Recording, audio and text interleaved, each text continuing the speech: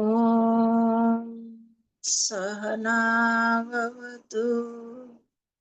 सहनौ भुनक्तु सह वीर्यं करवावहै तेजस्विनावधीतमस्तु मा विद्विषावहै। ओम शांति शांति शांति। हाँ जी, आप सभी को नमस्ते जी। हमने कल 72 तक किया था मूर्ख। मूर्ख की बात हुई थी। मूर्ख किसे कहते हैं? अब ध्यान रखना है, हमने मूर्ख नहीं बनना है। हम में कोई ऐसा लक्षण नहीं होना चाहिए जिसमें हम मूर्ख कहलाएं। ठीक है बच्चों? अब आगे है ज्येष्ठ कनिष्ठ व्यवहार। उसका मतलब हम जगह जगह बार बार पढ़ते हैं ना, यथा योग्य व्यवहार करना, यथा योग्य व्यवहार। तो इसका क्या मतलब होता है? संसार में, हमारे परिवार में कुछ लोग हमसे बड़े हैं, कुछ छोटे हैं, तो उनके साथ हमने कैसा कैसा व्यवहार करना है बड़े छोटों के साथ। बड़ों के साथ जैसे हम बात करते हैं वैसे छोटों के साथ तो नहीं करते ना। छोटों के साथ अलग तरह से करते हैं। छोटों के साथ जैसे करते हैं वैसे हम बड़ों के साथ नहीं कर सकते। तो अब ज्येष्ठ का मतलब होता है जो बड़े हैं, और कनिष्ठ होता है छोटे हैं। पता था पहले आपको? इसका मीनिंग नहीं पता ना? ज्येष्ठ मतलब बड़े और कनिष्ठ मतलब छोटे। बड़े और छोटों का व्यवहार आपको पता है? हमारी इस अंगुली को, जो छोटी अंगुली है, उसको क्या बोलते हैं? कनिष्ठिका है। कनिष्ठा या कनिष्ठिका अंगुली, क्योंकि ये सबसे छोटी होती है। ऐसे संसार में भी जो छोटे लोग होते हैं उनको कनिष्ठ बोलते हैं, और बड़ों को ज्येष्ठ। तो उनके साथ, बड़े छोटों के साथ कैसे व्यवहार करें, बड़ों और छोटों के साथ, तो वो चीज यहाँ बताई। जो बड़े और छोटों से यथा योग्य परस्पर मान्य करना है उसको ज्येष्ठ कनिष्ठ व्यवहार कहते हैं। बड़े और छोटे दोनों को ही आपस में मान्य करना, मतलब सम्मान करना, उसको ज्येष्ठ कनिष्ठ व्यवहार कहते हैं। आपको पता है छोटे बच्चों का भी हमें सम्मान करना होता है। अगर छोटे बच्चों को भी हम, आपको, जैसे आप बच्चे हो या सिया छोटी सी है, तो इसको हम गलत तरीके से बोलें, तू करके बोले और प्रेम से ना बोले, तो आपको अच्छा लगेगा? आप भी तो चाहते हो ना आपका कोई आदर करे। आपने जैसे योग में बहुत अच्छा किया तो सबने क्लैपिंग की, तो आपका सम्मान हुआ, अच्छा लगा ना? हमने भी आपको कहा शाबाश। तो अगर हम कुछ भी ना कहें तो फिर आपको बुरा लगेगा, है ना? तो छोटे बच्चे भी चाहते हैं, बच्चे क्या, कोई भी जो छोटे होते हैं वो भी चाहते हैं हमारा सम्मान हो, और बड़े लोग भी चाहते हैं हमारा सम्मान हो। तो आपस में बड़ों के सम्मान करने का तरीका अलग होता है और छोटों के साथ सम्मान करने का तरीका थोड़ा अलग होता है। तो दोनों का ही यथा योग्य, तभी लिखा यथा योग्य परस्पर आपस में मान्य करना। हम कहेंगे बच्चे तो माता पिता का बड़ा आदर करें, और बड़े जो कहेंगे जा ये काम कर ले, जा ये खा ले, जा वो कर ले, तो आपको कैसे लगेगा? प्यार से बोलते हैं, यही चाहता है ना हर कोई कि हमसे भी प्यार से बोला जाए।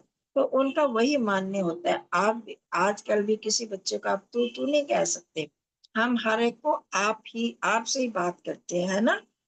और बहुत अपनापन होता है तो तुम हम बोल देते हैं, पर फिर भी तू नहीं बोलते, क्योंकि उसमें थोड़ा सम्मान कम लगता है।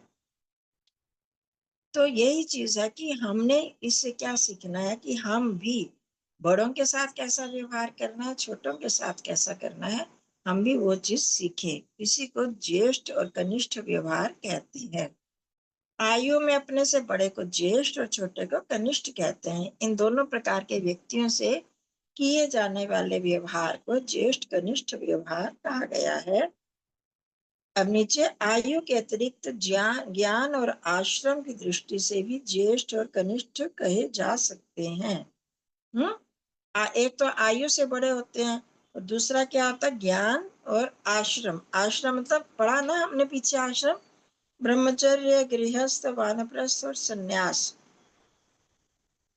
तो अगर किसी की आयु कम है पर उसमें ज्ञान ज्यादा है, तो उसको हम क्या कहते हैं, ज्ञान वृद्ध भी, उसको वृद्ध भी कहा जाता है, ज्ञान वृद्ध या ज्येष्ठ कहते हैं। इसी प्रकार आयु में छोटा होने पर भी एक ब्रह्मचारी और गृहस्थी के लिए वानप्रस्थी और सन्यासी श्रेष्ठ माने जाते हैं, अतः ये सम्मान के योग्य है। आपको पता है सन्यासी कोई और छोटी उम्र का भी हो तो उसका भी आदर करना होता है। चाहे उम्र में मैं बड़ी हूं, पर अगर सन्यासी मेरे सामने 40 साल का आ जाता है तो मुझे उसका सम्मान करना होगा, क्योंकि वो आश्रम जो है सम्मान के योग्य है, सबसे अधिक माननीय है। तो हर एक के हिसाब से वानप्रस्थी है वो भी गृहस्थी की अपेक्षा माननीय है, तो उनका सम्मान करना होता है चाहे आयु बड़ी हो। परंतु जो सबसे आ, क्या कहते हैं उसका वैल्यूएबल जो चीज है वो है ज्ञान। ज्ञान जिसमें ज्यादा जितना होता है उसका उतना ही आदर होता है। तो हमारे यहाँ पर तो मैंने नहीं लिखा, पर ज्ञान वृद्ध जो होते हैं सबसे अधिक माने जाते हैं, उनका सम्मान सबसे अधिक होता है। आयु वाले भी माने जाते हैं। तो अभी हम आगे पढ़ेंगे। अभिवादयेत वृद्धांश तद्यात् चैव उसको मैं अभी करती हूँ बाद में।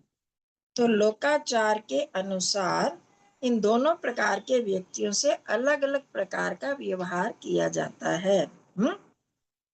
लोकाचार मतलब संसार में जो आचरण है, जो शिष्टाचार जिसको हम कहते हैं, मैनर्स एटिकेट्स कहते हैं, उनके अनुसार छोटे और बड़ों सबके साथ अलग अलग तरह का व्यवहार किया जाता है। अब आप बड़ों को कैसे नमस्ते करोगे, ऐसे नमस्ते कर दोगे, उसको बड़े प्यार से हाथ जोड़ोगे, सिर झुका के करोगे ना। अपने टीचर्स को ऐसे करते हो, अपनी सहेलियों वगैरह को करते हो तो कैसे हाय हेलो नमस्ते ऐसे कर देते हो बड़े प्यार से, और हाथ जोड़ो ना जोड़ा ऐसे आराम से बोल के कर देते हो। उनका वैसे सम्मान नहीं करते। बड़ों का हम सम्मान दूसरी तरह से करते हैं और छोटों का, ये आपने सारे अपने जीवन में देखा है। सहेलियों के साथ अलग तरह का करते हो, अपने भाई बहनों के साथ अलग तरह से करते हो, और माता पिता के साथ अलग, टीचर्स के साथ अलग। तो सबके साथ यथोचित व्यवहार होता है। फिर तीसरा, बड़ों के साथ बड़ों के योग्य आदर सत्कार और सम्मान का व्यवहार करना चाहिए, अर्थात अभिवादन करते हुए ज्येष्ठों को, ज्येष्ठ मतलब बड़ों को चरण स्पर्श आदि करना, उनके पश्चात भोजन करना। पहले बड़े भोजन कर लें फिर हम करेंगे। उनसे ऊंचे आसन पर नहीं बैठना। आपके जो टीचर्स हैं आप उनसे ऊंचे आसन पर थोड़ी, ऊंची कुर्सी पर थोड़ी बैठते हो। कोई इस तरह से घर पे भी आए तो हम क्या कहते हैं कि हम चाहे सन्यासी महात्मा कोई आ जाते हैं, हम नीचे बैठने की कोशिश करते हैं, वो ऊंचे बैठे। तो उनसे ऊंचे आसन पर नहीं बैठना, उनके लिए सम्मान सूचक संबोधनों और शब्दों का प्रयोग करना आदि आदर कहलाता है। भाई उनको जी जी करके, आप कहकर, महात्मा जी, स्वामी जी, ऐसे हम बात करते हैं ना, यति जी, वानप्रस्थी जी, तो इस तरह से बात करनी होती है। तो यहाँ पर मनु जी ने क्या बताया, अभिवादयेत वृद्धांश्च दद्याच्चैवासनं स्वकं कृतांजलिरुपासीत गच्छतः पृष्ठतो अन्वियात् उन्वियात्। वृद्धों या ज्येष्ठों का सदा अभिवादन करें, वो तो बता दिया। समीप आने पर उठकर सम्मान पूर्वक अपने आसन पर बिठाएं। अगर हम बैठे हैं और वो आ रहे हैं तो हमें बैठे ही नहीं रहना है, तो हमें क्या करना होता है, उठना होता है। बड़ों के लिए उठना होता है। ये तो आप भी करते ही होगे ऐसे। कोई छोटा है तो हम उठते नहीं, आराम से उसको कहते हैं इधर आके बैठ जाओ। आपकी सहेली आए तो आप जरूर तो नहीं उठ जाते, पर जो सम्माननीय है उसके सामने आप उठ जाते हो। जब वो आए फिर बिठाते हैं कि यहाँ बैठो। और वो जब वो जाने लगते हैं तो हम क्या कहते हैं, उनको बाहर छोड़ने भी जाते हैं। आप नहीं तो आपके घर में बड़े लोग तो ऐसे करते होंगे ना, माता पिता को आप देखते हैं, इस तरह के कोई लोग आते हैं तो हम उनके पीछे पीछे जाते हैं, उनको बाहर गेट तक छोड़ के आते हैं। अगर कोई गाड़ी आई है तो गाड़ी तक उनको खड़े होते हैं, जब तक गाड़ी चली ना जाए हम वापस नहीं आते। ये होता है आदर की बात। छोटों को तो हम कैसे भी कर सकते हैं, वो गए, उनको बैठे बैठे भी हम कह सकते हैं अच्छा जी फिर आना, ये वो। आयु, ज्ञान तथा आश्रम में अपनों से छोटों के साथ प्रेम व प्रीतिपूर्वक व्यवहार करना उचित रहता है। आयु में जो हमसे छोटे हैं, ज्ञान में और आश्रम में जो ब्रह्मचारी हैं वो तो छोटे आश्रम वाले होते हैं, गृहस्थी, उनसे बड़े, फिर वो उनसे बड़े वानप्रस्थी, फिर सन्यासी। छोटों को उनका नाम बोलकर संबोधन करना, नमस्ते करना, चरण स्पर्श तो नहीं करते ना छोटों को। उनके समान या ऊंचे आसन पर बैठना, उनके समान आसन पर बराबर भी बैठ सकते हैं और ऊंचे पर भी बैठ सकते हैं। पहले भोजन भी कर सकते हैं, ये यथा योग्य व्यवहार के अंतर्गत आता है। छोटे हों तो उनके लिए हम पहले भोजन भी कर सकते हैं, उनके सामने भी बैठ सकते हैं, पर बड़ों के जब आए तो हमें पहले उनको खिलाना फिर खाना। हाँ, ये बात दूसरी है कि आप जो बच्चे हो, आप तो बहुत छोटे बच्चे हो ना, तो आप बच्चों का तो होता है स्कूल जाना है, पढ़ाई करनी है, तो आप कर सकते हो। आपके पेरेंट्स का ये ज्यादा कर्तव्य बनता है, तो आप पहले भी खा सकते हो, पर जब थोड़े हम बड़े हो जाते हैं, समझदार हो जाते हैं, तो बड़ों को पहले खिलाकर फिर खाना होता है। फिर यहाँ यह समझना भी अनिवार्य है कि प्रत्येक मनुष्य, चाहे वह ज्येष्ठ हो अथवा कनिष्ठ, आत्मसम्मान चाहता ही है। ये बताया ना, सबसे पहले यही बताया था, छोटे बड़े सभी चाहते हैं कि हमारा सम्मान हो। छोटा भी पसंद नहीं करता कि कोई तू क्या कर उसका संबोधन करे। आजकल कोई करता ही नहीं है तू तू। हम क्या कहेंगे, क्या तू तू लगा के रखी है। आजकल कोई नहीं बुलाता तू तू करके। अतः नाम उच्चारण करते हुए भी उनके लिए आप आदि शब्दों का प्रयोग करना ही उचित है। हम छोटे बच्चों को उनका नाम तो बुलाते हैं, परंतु साथ में क्या क्या बोलते हैं, आप ही खाना खाओ, आप उधर जाओ, आप कपड़े बदलो और स्कूल जाओ, ऐसे आप करके बोलते हैं ना। और इसीलिए महर्षि ने भी मान्य शब्द का प्रयोग किया है। उन्होंने कहा ना, पर यथा योग्य परस्पर मान्य करना है, मतलब सम्मान करना। हमारे घर में एक बच्चा है, अब 6 साल का होने लगा, तो पिछले दिनों उसके एक ट्यूटर थी, वो आई हुई थी। तो अब वो फोन कर रही थी किसी से, और उसमें बार बार वो तू में बात कर रही थी। तो बाद में वो अपनी माँ को कहता है कि देखो, हमारी ना मैडम को तमीज भी नहीं है बात करने की, वो तो दूसरे से बात कर रहे थे, तू कर रहे थे।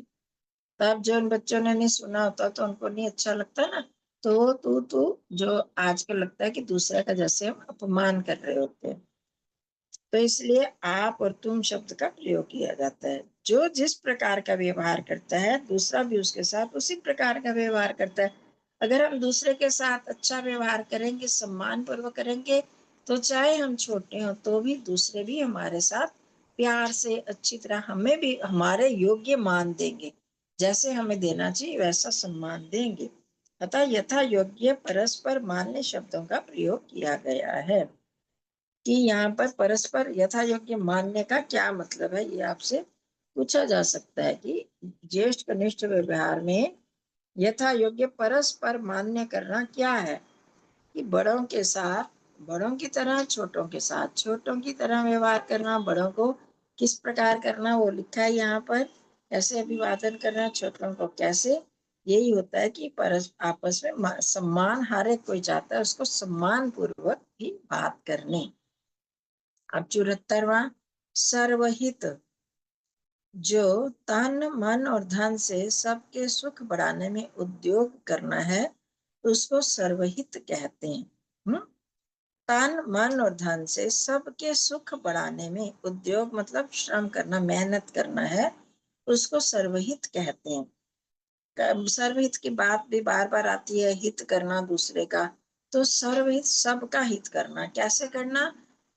तन शरीर से, मन से और धन से सबके सुख बढ़ाने के लिए, दूसरों के सबका सुख, यानी कि मेरा अपना भाई है, मेरी अपनी सहेली है, तो उसके लिए तो करें, दूसरों के लिए नहीं करें।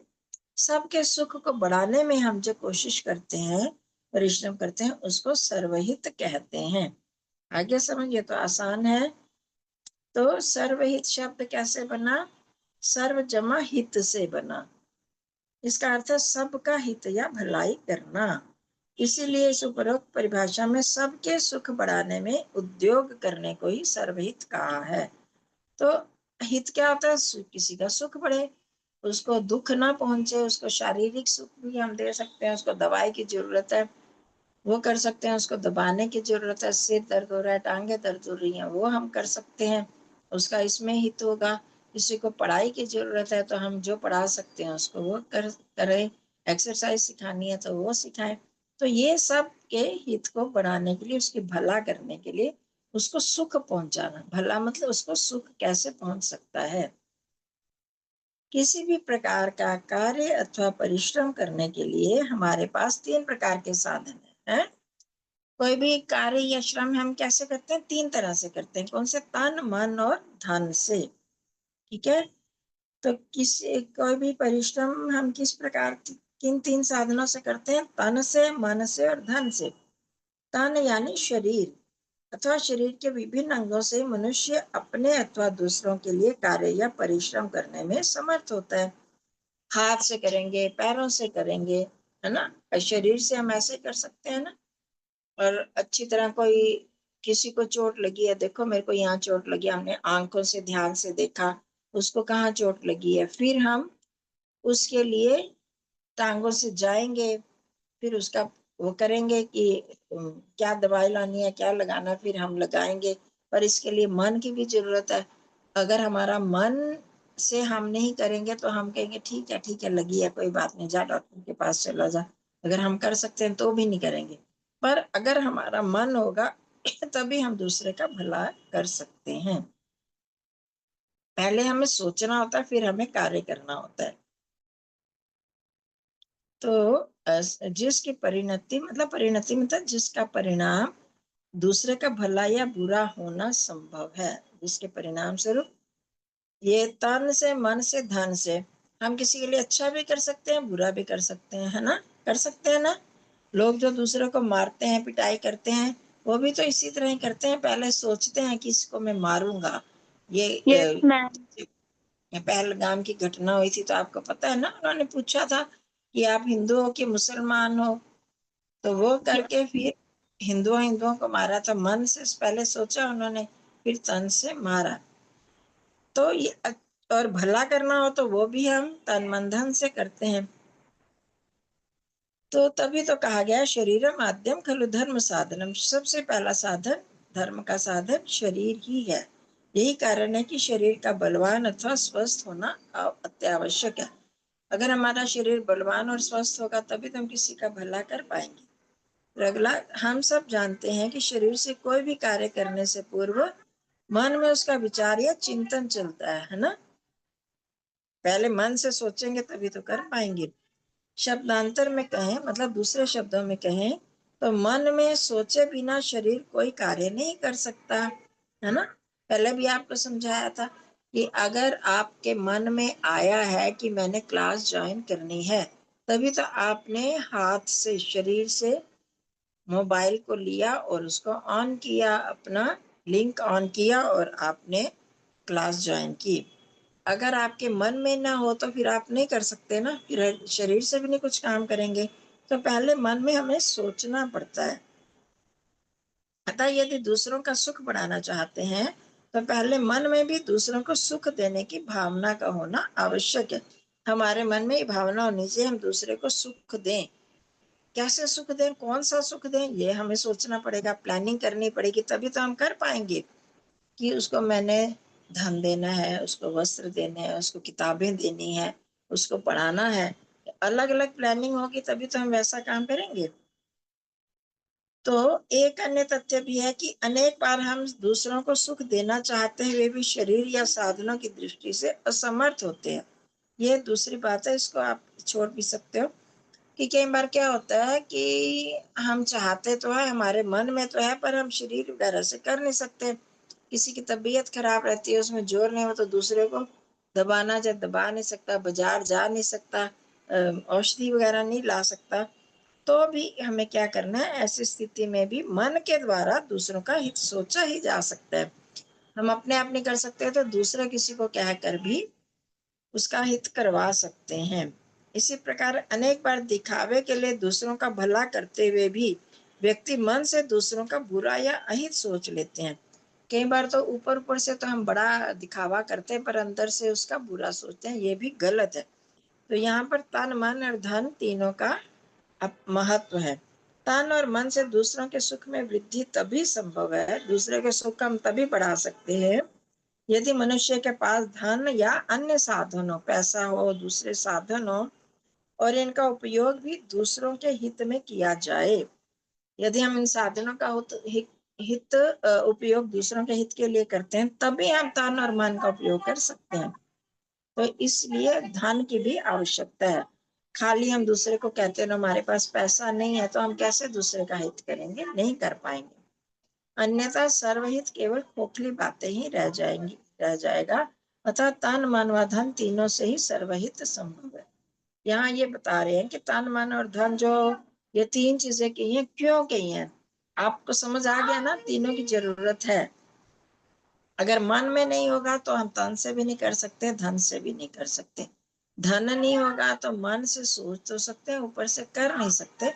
पर अगर ना हो हमारे पास साधन, तो हमें कम से कम किसी का मन से तो कभी भी बुरा नहीं सोचना है। ठीक है बच्चों? मन से तो हमेशा ही दूसरे का भला करें। आप बच्चे छोटे हो, आपके पास धन नहीं है, आप तो कमाते नहीं हो, आप अपनी मर्जी से खर्च नहीं कर सकते, और आपके पास इतना समय भी नहीं होगा, स्कूल जाते हो, कई बार इतनी हिम्मत भी नहीं होती कि आप उनकी बड़ी बड़ी सहायता कर सको। तो इस पर मन से तो कर सकते हो ना। अगर मन आपका अच्छा होगा तो आप दूसरे से कह के भी करवा सकेंगे। पर मन में हमारे कभी कोई गलत भावना किसी के लिए नहीं होनी चाहिए। हम जैसे बोलते हैं सर्वे भवन्तु सुखिनः सर्वे सन्तु निरामयाः, इसका ये थोड़ी मतलब है कि सारे सुखी हो जाएंगे, सारे निरोगी हो जाएंगे। पर इससे हमारे मन की भावना अच्छी बनती है, हमारा मन जो है वो विस्तृत बनता है, उदार बनता है। तो वो हमारे लिए बहुत अच्छी बात है। इससे हमारे संस्कार, और जैसे जैसे हमारे में समर्थ आती जाएगी तो हम फिर हमेशा अच्छा ही करेंगे। सर्वहित की आवश्यकता और महत्व को स्वीकार करते हुए महर्षि दयानंद ने आर्य समाज के 10वें नियम में लिखा, सब मनुष्यों का सर्वहितकारी नियम पालने में परतंत्र रहना चाहिए। चलो इसको छोड़ दो।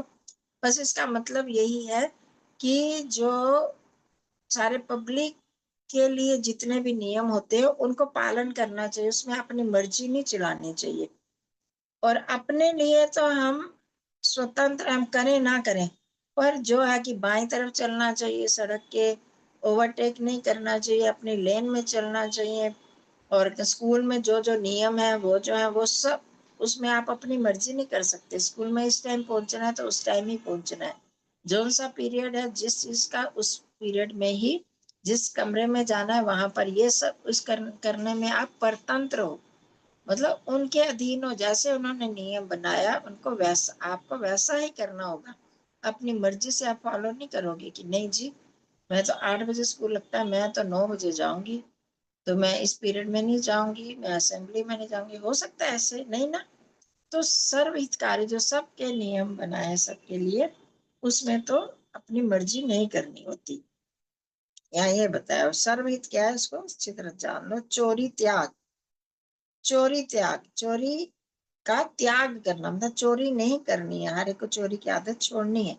तो क्या है चोरी, वो बताएंगे। फिर उसका त्यागना, जो स्वामी की आज्ञा बिना किसी के पदार्थ का ग्रहण करना है वह चोरी, और उसका छोड़ना ही चोरी त्याग कहलाता है।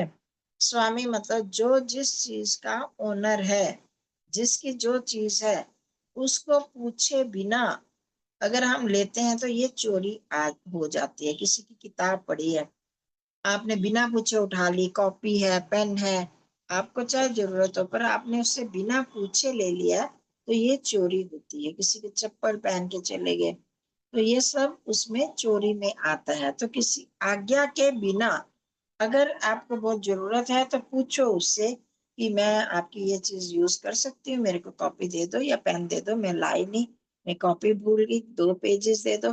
तो वो दूसरा अगर आपको दे देता है तो अब हो गया, उसकी आज्ञा से आपने पूछ के लिया, तो वो चोरी नहीं होगी। पर बिना पूछे अगर हम लेते हैं तो वो चोरी कहलाती है। जैसे किसी के घर गए, उसके फूल लगे हैं, तो बहुत से बच्चे क्या करते हैं, उनके घरों में जाके फूल तोड़ने लगते हैं। अमरूद लगे हैं, आम लगे हैं, तो करते हैं। आप बच्चे भी करते हो कभी ऐसे बिना पूछे? हैं? कभी कभी तोड़ने का मन होता है। मैम कभी कभी तोड़ लेते हैं। हाँ, तो ये चोरी होती है, समझ लो। ठीक है, आगे से नहीं करना है, ठीक। Yes ma'am. हाँ, तो हमें कोई चोर कहलाना, अगर उनको पता चल जाए तो वो कहेंगे ना, जैसे देखेंगे तो चोर चोर चोर, ठहरो ठहरो, मारने के लिए भागेंगे कि नहीं, है?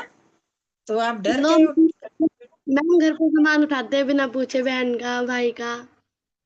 नहीं, घर में तो उठा सकते हो, परंतु फिर भी उनको बताना चाहिए कि वो भाई ढूंढता ही रह जाए, ढूंढता रह जाए, तो उसको परेशानी होगी ना। फिर दूसरों को अगर हम तंग करेंगे, तंग करना ये भी एक तरह का पाप होता है ना। अगर वो ढूंढता रहे अपनी चीज, बहन भाई ढूंढते रहे, तो हम बता दो, कह सकते हो कि मैं ले लेती हूँ, जब मेरे को जरूरत पड़ती है कभी कभी तो मैं ले लेती हूँ, फिर वहीं रखो। और दूसरी बात ये करनी है कि उनका सामान लेकर यूज करके वहीं रख दो।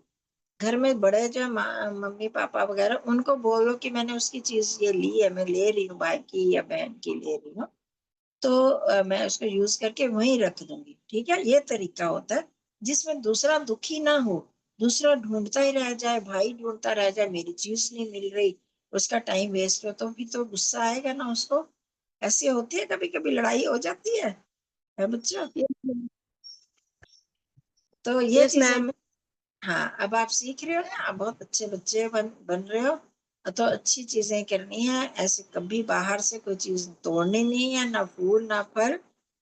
कभी बहुत मन कर रहा है, उनका दरवाजा नॉक करो कि मैं ये ले लो, मेरे को एक फूल दे दो या ये फल दे दो, कोई देता है ठीक है, ना तो बाजार से तो मिलता है ना, तो क्यों हम चोर कहलाएं। ईश्वर तो देख रहा होता है, तो जिस चोरी का फल भी हमको मिलेगा, बुरा फल मिलेगा, तो इसलिए हमें सावधान रहना। और घर में भी अच्छा वातावरण बनाने के लिए ये हमें एटिकेट सीखने होते हैं। और उनकी चीज वहीं पर रख दो, पूछ के लो, वहीं रखो, टाइम पर दे दो, तो ऐसे हमारा प्यार बना रहता है। ठीक है, और इन सबको छोड़ना चोरी त्याग है। किसी भी वस्तु को उसके स्वामी से पूछे बिना ही ले लेना चोरी कहलाती है।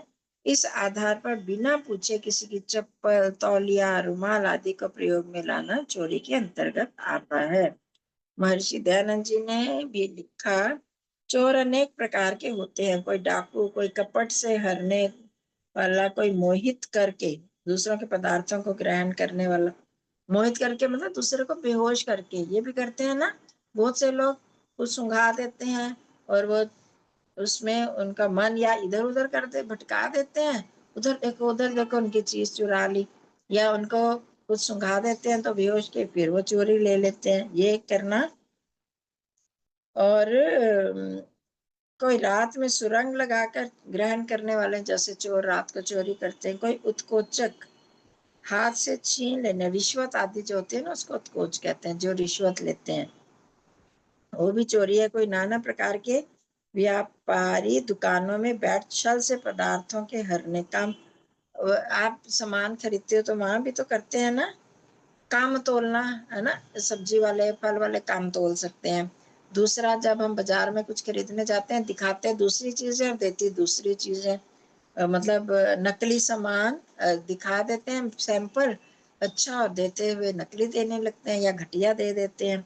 तो ये सब चोरी के अंतर्गत आता है। कोई छल कपट से औरों के राज्य को स्वीकार करने, तो बड़े की बातें हो गई। कोई धर्मोपदेश से मनुष्यों को भ्रमाकर गुरु बन शिष्यों के पदार्थों को, आजकल बहुत सारे गुरु है, शिष्यों से कुछ ना कुछ डिमांड करते रहते हैं। और वकील होकर मनुष्यों को वाद में फंसाकर पदार्थों को हर लेना, आजकल वकील भी ऐसे करते हैं ना, किसी का केस लिया उसको लटकाते रहते हैं, फीस लेते रहते हैं। तो इन सब को चोर जानो, बस मैंने बीच में से छोड़ दिया। ये जो आपके काम की हैं, चोरी के क्या क्या उदाहरण है, 5 उदाहरण दे सकते हो। ठीक है, ये ध्यान रखना, चोरी के कोई 5 उदाहरण दो जो आपके व्यवहार में आते हैं। मैंने भी आपको बहुत सारे दिए हैं। इसकी बिना पूछे कॉपी ले लेना, बाहर किसी के फल फूल फूल तोड़ना, ये यहाँ पर जो दिया हुआ है, ये सारे चोरी में आते हैं। तो इनको सब उपायों से निकाल कर मनुष्य, चलो छोड़ो, इन सब उपरोक्त प्रकार की चोरियों को ना करना ही चोरी त्याग अर्थात चोरी को छोड़ना कहलाता है। यहाँ यह ध्यान रखने योग्य तथ्य है कि चोरी का त्याग केवल बाहर से नहीं, अपितु मन, वचन और कर्म तीनों से ही होना चाहिए। यानी कि अंदर से तो हम सोचते रहे, हाय ये कहीं चला जाए ना तो मैं ले लूं, इसकी ये चीज मेरे को मिल जाए, इसके बड़ा सुंदर बैग है, ऐसे मेरे को मिल जाए। ऐसे अगर हम मन से भी सोचते हैं तो ये मानसिक चोरी होती है। ठीक है। फिर वाणी से भी कह कर लेने की इच्छा करना, ये ये चीज अपनी तुम मुझको दे दो, या अपना ये सामान दे दो मेरे को। तो ये सारी जो लालच वाली बातें होती है वो ही चोरी में आ जाती हैं। और कर्म में सचमुच ले लेना उनको। आगे व्यभिचार त्याग, इसको छोड़ देते हैं। ये विचार त्याग वो आपके काम की चीज नहीं है, अभी आप छोटे हो। 77वां जीव का स्वरूप। आजकल टैक्स की भी चोरी करते हैं ना लोग, टैक्स नहीं देते, ये भी चोरी में आता है। जीव का स्वरूप, जीव मतलब आत्मा का स्वरूप। मैं जो आत्मा हूँ वह कैसी हूँ, कैसा है हम आत्मा, इनका क्या कॉन्सेप्ट है, ये कैसे है, इनके में क्या क्वालिटीज है, क्या कैरेक्टरिस्टिक्स है, उसके बारे में बताया। जो चेतन, अल्पज्ञ, अल्पज्ञ, इच्छा, द्वेष, प्रयत्न, सुख दुख और ज्ञान गुण वाला तथा नित्य है वह जीव कहलाता है। चेतन के बारे में, आत्मा के बारे में पहले भी बात हुई है, कल भी हुई थी। जो चेतन वाली चीजें, वो चेतन दो चीजें ना, कौन कौन सी हैं दो चीजें चेतन है संसार में?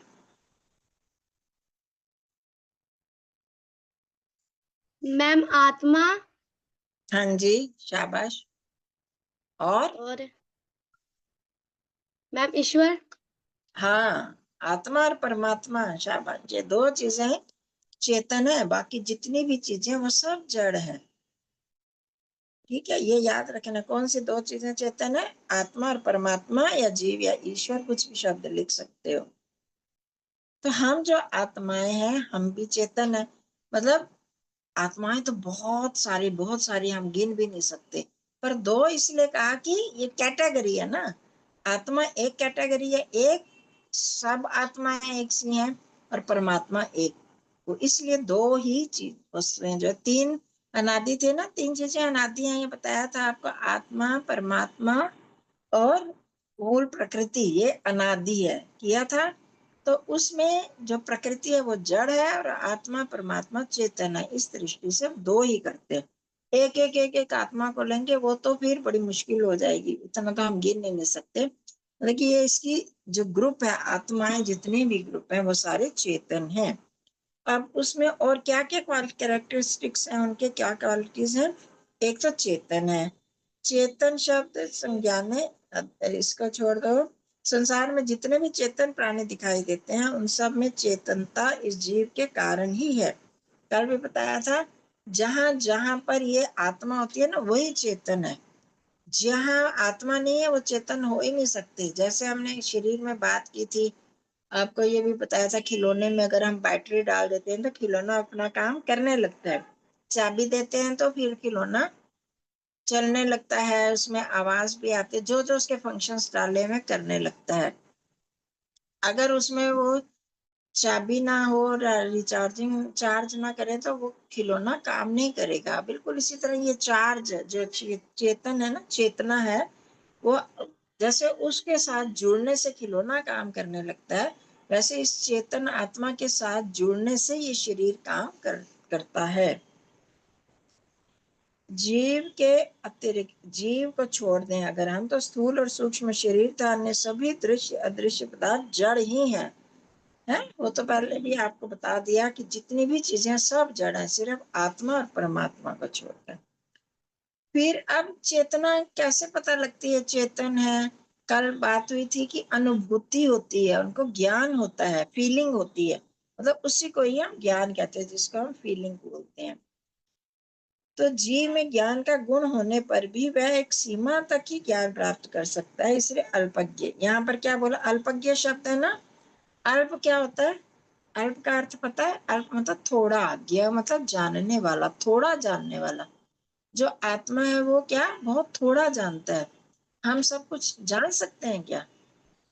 परमात्मा सब कुछ जानने वाला है, पर हम आत्माएं जो हैं, आत्माएं की एक लिमिट होती है। जो साइंटिस्ट हैं वो बहुत कुछ जानते हैं, पर वो साइंस के बारे में जानते हैं, है ना। वो दूसरे सब्जेक्ट के बारे में, आर्ट के बारे में नहीं जानेंगे। अब साइंस में भी कोई केमिस्ट्री, कोई फिजिक्स, कोई बायो, सबका अलग अलग फील्ड है, उसमें भी वो जानते हैं। रोज आप देखते हैं नए नए रिसर्चेस होती रहती हैं। इसका मतलब पहले कम जाना, फिर आगे हम भी जानना चाहते हैं तो हम बहुत कम जानते हैं। संसार में जितना ज्ञान है, तो आत्मा में ज्ञान तो है पर वो बहुत अल्प जानने वाला है। ठीक है। यह सत्य है कि हर जीव में ज्ञान प्राप्ति का स्तर भिन्न है, किसी में बहुत कम तो किसी में बहुत अधिक। तो हम में भी जो ज्ञान है, सब में तो डिफरेंट डिफरेंट है ना का लेवल। अब छोटे बच्चों का थोड़ा सा कम है, जैसे बड़े हो जाओगे और बढ़ता जाएगा, और ऐसे दिन आएगा हमसे बहुत ज्यादा हो जाएगा आपका ज्ञान।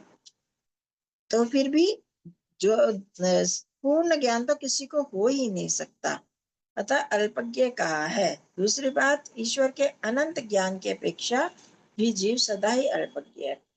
मैंने आपको कहा, एक दिन बताया था कि जो परमात्मा है ईश्वर, वो सबके कर्मों को जानते हैं, वो हमारे अंदर भी रहते हैं सबको।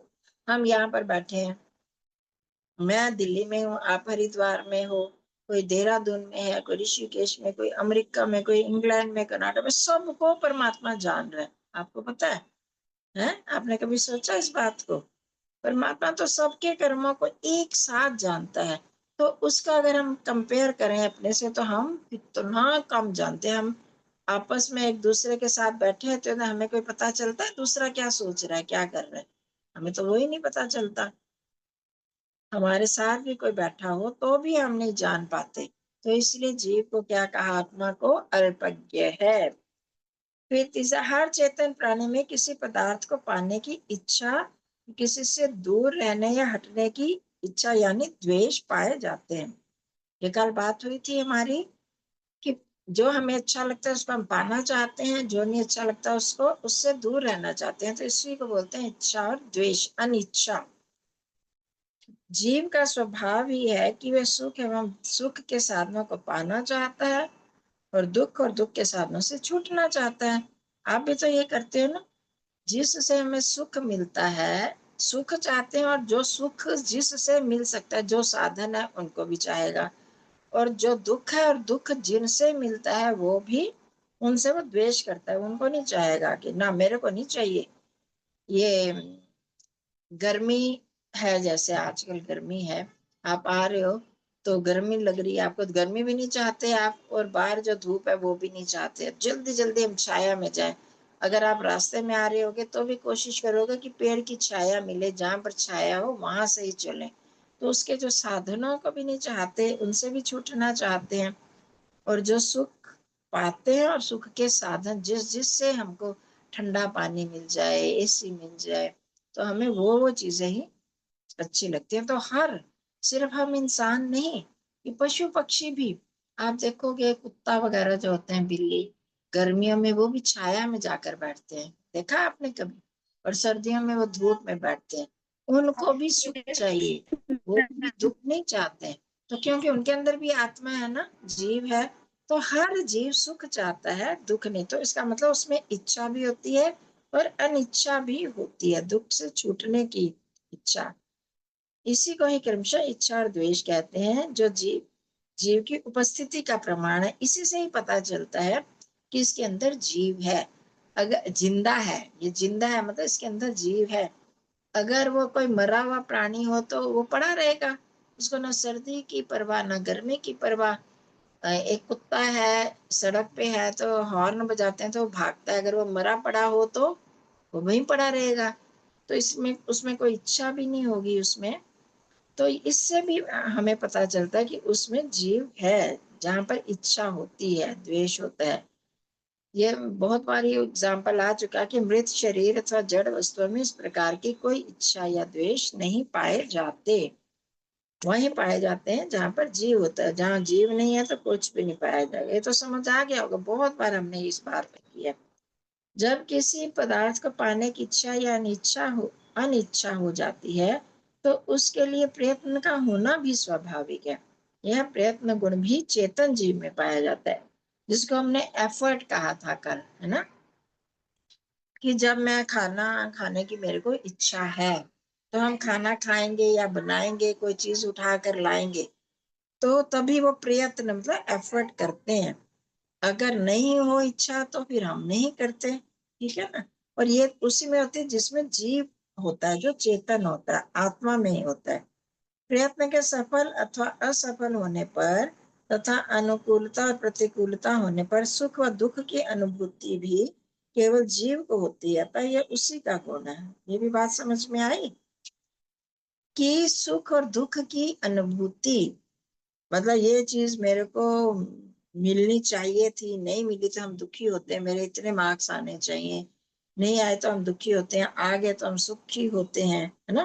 तो ये सुख दुख का अनुभव कौन करता है? जीव ही करता है। आत्मा अगर अंदर है तभी करता है, मरा व्यक्ति तो नहीं कर सकता। मैंने एग्जाम्पल दिया था कि मरा हुआ व्यक्ति जब हम आग जलाते हैं, उसका शरीर जलाया जाता है चिता में, तो वो कोई चिल्लाता करता है कोई? वो तो कुछ प्रयत्न नहीं करता, ना उसको सुख लगता है ना उसको दुख, जलता ही नहीं, उसको जलने की अनुभूति ही नहीं होती है, फीलिंग ही नहीं होती। तो यही कारण है कि मृत शरीर मतलब मरा हुआ शरीर पत्थर, मिट्टी, धातु आदि जड़ पदार्थों में किसी प्रकार के सुख या दुख की अनुभूति नहीं देखी जाती, ठीक है ना। जड़ पदार्थों में होती नहीं है, ये आप समझ चुके हो। अनुभूति मतलब फीलिंग। अनुभूति रूप स्वाभाविक ज्ञान के अतिरिक्त चेतन जीव अथवा आत्मा विविध प्रकार का नैमित्तिक ज्ञान प्राप्त करने की सामर्थ्य भी रखता है। ज्ञान गुण वाला ये था ना। हम आत्मा में थोड़े से भूख वगैरह लगना एक नेचुरल है, परंतु हम जब किसी चीज को देखते हैं तो हमारी उसको देखने की, हमें सुना कि वो जगह बड़ी सुंदर है, वो पार्क बड़ा सुंदर है, वहां पर वो म्यूजियम अच्छा है, तो हमें क्या होता है, वो ज्ञान प्राप्त करने की इच्छा जागती है ना। तो अलग अलग इसको बोलते हैं, इसको आप छोड़ सकते हैं नैमित्तिक ज्ञान, पर वो मतलब कि किसी कारण से जब होता है, तो मैं ज्यादा, आप जैसे ये सिया छोटी से एग्जाम भी नहीं दे रही, तो भी ये नैमित्तिक ज्ञान प्राप्त कर रही है कि मैंने जो है ये ज्ञान मैं ले लूं, इसको बोलेंगे अपने अंदर से नहीं है, आप दूसरे से सीख रहे हो ना, तो ये हो गया नैमित्तिक ज्ञान। अध्ययन अध्यापन है ना, अध्ययन पढ़ने से, दूसरा पढ़ा रहा है तो उसको सुनने से, श्रवण आदि विषयों द्वारा, और परिवार समाज मित्रों परिस्थितियों आदि अनेक निमित्तों से प्राप्त कर लेता है। मतलब उसको अनेक प्रकार की एक्सपीरियंस होते हैं जीवन में, तो उससे वो ज्ञान प्राप्त करता है। ये जीव का सबसे बड़ा, ये ध्यान रखना कि आत्मा का सबसे बड़ा गुण क्या है? ज्ञान प्राप्त करना। ज्ञान गुण वाला है आत्मा। इसी ज्ञान फीलिंग, जिसको बार बार मैं फीलिंग कह रही हूँ, वही ज्ञान है, वही अनुभूति है, ये उसका सबसे बड़ा गुण है। वो फीलिंग होती है तभी इसमें तो इच्छा होती है, तभी तो कुछ कर पाता है। मेरे को मच्छर ने काटा है तो मेरे को फीलिंग हुई है, ज्ञान हुआ है ना, तभी तो हम उसको हटाते हैं, तभी तो हम एफर्ट करते हैं। भूख लगी है, भूख का ज्ञान हुआ, अनुभूति हुई, तभी तो हम खाते हैं, तभी भोजन बनाते हैं। पढ़ने के लिए भी हमें ज्ञान ये पता चलता है, ये मैंने ये लेसन याद नहीं है, ये करना है, तो इसके लिए हम कोशिश करते हैं। तो ये जो सबसे बड़ा गुण जीव में क्या है? आत्मा ज्ञान होना, ज्ञान होना। इसको बोलते हैं चित्त, चेतन। चेतन मतलब चित्त संज्ञान है, संस्कृत में इससे बनता है कि ज्ञान गुण वाला है आत्मा, ये इसका सबसे बड़ा गुण है। और आगे जीव स्वरूप से नित्य ही है, अर्थात इसकी सत्ता सदा ही बनी रहती है, यह न कभी नष्ट होता है ना ही उत्पन्न होता है ना। आत्मा आपको पहले बताया ना, आत्मा जो न पैदा होता है न मरता है, ये सदा नित्य का मतलब है हमेशा ही रहता है। चाहे प्रलय अवस्था आ जाए तो भी ये नहीं मरता। शरीर तो मरेगा पर आत्मा नहीं मरता। आप लोगों ने गीता का श्लोक सुना हुआ है, नैनम छिन्दन्ति शस्त्राणि नैनम दहति पावकः नैनम क्लेदयन्त्यापो न शोषयति मारुतः। लेकिन ना इसको शस्त्र काट सकते हैं, ना पानी गीला कर सकता है, ना वायु सुखा सकती है। तो और एक चीज क्या रहेगी, ना क्लेदयन्ति आपो न शोषयति मारुतः। न चिंतन्ति शस्त्राणि न दहति, और ना ही आग जला सकती है। तो कर ही नहीं सकती, तो आत्मा मर ही नहीं सकती, वो किसी के टच में आती नहीं है, संपर्क में नहीं आती है आत्मा या जीव। तो इसको इसलिए कभी नष्ट नहीं होती, इसलिए ये नित्य है। अगर हम आपसे पूछे आत्मा को नित्य क्यों कहा जाता है, जीव को नित्य क्यों कहा जाता है, तो ये लिखना है आपने, ठीक है। क्योंकि उसकी सत्ता, एग्जिस्टेंस हमेशा बनी रहती है, वो कभी नष्ट नहीं होता, ना ही उत्पन्न होता है, पैदा भी नहीं होता। आत्मा नहीं पैदा होता है, वो शरीर के साथ उसका संयोग होता है। तो इसलिए जो आत्मा नित्य है। स्वभाव, जिस वस्तु का जो स्वाभाविक गुण है, जैसे कि अग्नि में रूप और दाह, अर्थात जब तक वह वस्तु रहे तब तक उसका वह गुण भी नहीं छूटता, इसलिए उसको स्वभाव कहते हैं। स्वभाव है अपना भाव, मेरी नेचर ही ऐसी है, जिसका जो स्वभाव होता है वो छूटना मुश्किल होता है। तो जिस वस्तु का जो स्वाभाविक नेचुरल उसकी जो क्वालिटी है, कैसे, जैसे अग्नि में रूप और दाह, दाह मतलब जलन, जलाना। अग्नि जो होती है उसमें प्रकाश भी होता है ना, प्रकाश से हम देख सकते हैं किसी चीज को, और उसमें दाह जलाने की, अर्थात जब तक वो वस्तु रहती है तब तक उसका वो गुण छूटता नहीं है। अग्नि है तो वो उसमें रूप गुण भी, प्रकाश का गुण भी रहेगा और गर्मी का गुण भी रहेगा। तो उसको स्वभाव कहते हैं। जैसे अभी बात बताई ना आपको, पीछे जीव का स्वरूप वो चेतन है, वो इच्छा करता है, वो प्रयत्न करता है, उसमें अनुभूति का गुण है, स्वाभाविक ज्ञान के अतिरिक्त दूसरा ज्ञान भी वो प्राप्त करता है और नित्य है। तो अब ये जब तक ये जीव है शरीर में तब तक ये गुण हमको दिखाई देते रहेंगे ना। तो इसी तरह जो अग्नि का ये स्वभाव है कि वो जलाती है, अग्नि है तो वो जलाएगी, और उसका क्या स्वभाव है, वो रूप प्रकाश उसमें होता है। इसी तरह जो हमारा स्वभाव है, हम लोगों ने जो स्वभाव बनाया, तो हम इसीलिए कहते हैं कि अपने स्वभाव को हमने अच्छा बनाना है, चेंज करना है, वो हमारा खत्म नहीं होगा। आपकी जो जो आदतें नेचुरल हैं, जो नेचर बनी है, उसको खत्म करना बड़ा मुश्किल होता है ना। हमने, एक इंसान है जो अपने गंदे स्वभाव को बदल सकता है, ठीक है, परंतु उसको बदलना बड़ा मुश्किल होता है। हमें मनुष्यों को, अगर मेरे को गुस्से का स्वभाव है, उसको रोज कोशिश कर करके गुस्से को कम करने की कोशिश करनी है। झूठ बोलने का स्वभाव नहीं, मेरा तो स्वभाव ही है, तो क्या हम झूठे ही रहेंगे?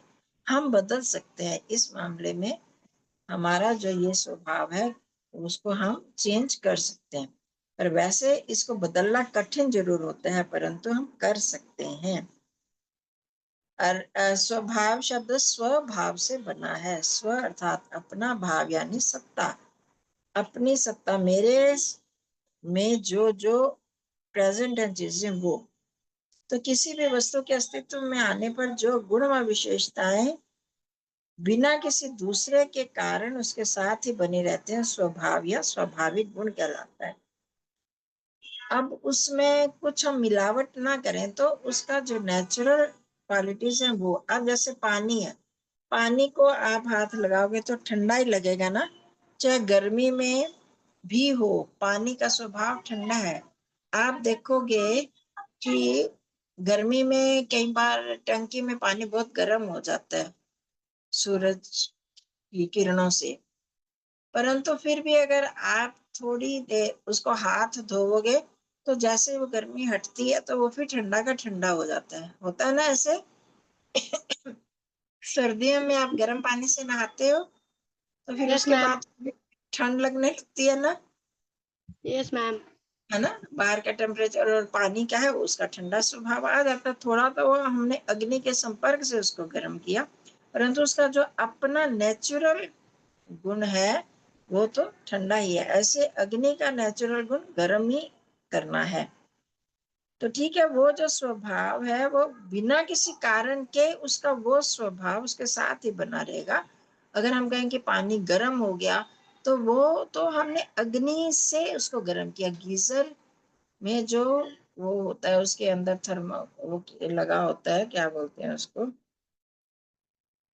हाँ, गीजर में जो अंदर गर्म करने वाला, दिमाग में मैम शब्द हीटर, हीटर मैम, स्प्रिंग क्या, मैम, हीटर। हीटर, या उसमें जो अंदर वो जो होता है ना गर्म करने वाली रॉड, रॉड जैसी होती है, उससे ही गर्म होता है वो पानी। तो वो उसके संपर्क में आया तो उसका स्वभाव वाला ठंडे वाला गुण खत्म हुआ, परंतु फिर बाद में फिर ये आ जाएगा। वो किसी कारण से उसमें बदलाव आता है, नहीं तो उसका अपना स्वभाव बना ही रहता है। स्वभाव वस्तु के अस्तित्व के साथ सदा बना ही रहता है। जब तक वस्तु रहेगी तब तक उसका स्वभाव भी रहेगा, कभी छूटता नहीं है, ना ही उसमें कभी परिवर्तन नहीं होता है। तात्पर्य यह है कि जब तक वस्तु बनी रहती है तब तक उसका स्वभाव भी बना रहेगा। जैसे अग्नि में रूप, प्रकाश और गर्मी, यदि ये गुण ना हो तो अग्नि अग्नि कहला ही नहीं सकती, हम उसको आग कहेंगे। अगर उसमें गर्मी ना हो, प्रकाश ना हो, तो हम उसको आग कह ही नहीं सकते ना, है ना, तभी तो हम आग उसको कहते हैं। यदि यस ये मैम। गुण ना हो तो अग्नि अग्नि हो ही नहीं सकती। ये दोनों गुण ही आग की पहचान और उसका अस्तित्व भी है, तभी हम उसको पहचानते हैं कि आग है। इस अगर खाली राख पड़ी हो तो कभी आप उसको, आपको लगेगा नहीं अग्नि, आप उसमें हाथ डाल सकते हो। और यज्ञ हवन किया है या दूसरी चूल्हे की राख है, ऊपर से तो नहीं दिखती, तो हम कई बार गलती से हाथ लगा देते हैं और अंदर से वो अंगारे होते हैं और गर्म होता है, तो ऊपर से हमें दिखता नहीं है ना, तो इसलिए हम उसको पहचान नहीं पाते। परंतु उसका असली अस्तित्व जब उसकी गर्मी बदलती हो या तब भी आग जल तो नहीं रही होती, पर जैसे हाथ में आता है कि हाँ ये गर्म है, वो यहाँ तो आग है, अभी गर्म है। इसी प्रकार जल इसलिए जल जल है क्योंकि उसमें तरलता और शीतलता है ना। तरलता लिक्विडिटी है ना, लिक्विड होता है और ठंडा रहता है। ये गुण ना हो तो जल की सत्ता ही नहीं है। तो इसको अब ये तो हम पहला पढ़ेंगे तभी होगा। आगे, नित्य वस्तु का स्वभाव भी नित्य और अनित्य का अनित्य होता है, क्योंकि वस्तु के नष्ट होने पर उसका स्वभाव भी नष्ट हो ही जाएगा। जो वस्तु नित्य है उसका स्वभाव नित्य रहेगा। आत्मा नित्य है तो उसका नित्य ही रहेगा स्वभाव। वो चाहे मर जाता है इंसान, आत्मा बाहर निकल जाती है, तो भी उसमें वो चेतना रहेगी। वो काम नहीं कर पाएगा, जब उसके साथ जुड़ जाएगा तो वो चेतना उसमें प्रकट हो जाएगी। उसमें वो गुण खत्म नहीं होते, उसके अंदर ही इनहेरेंट, उसके अंदर पड़े रहते हैं। और अनित्य जो है उसके खत्म हो जाएंगे।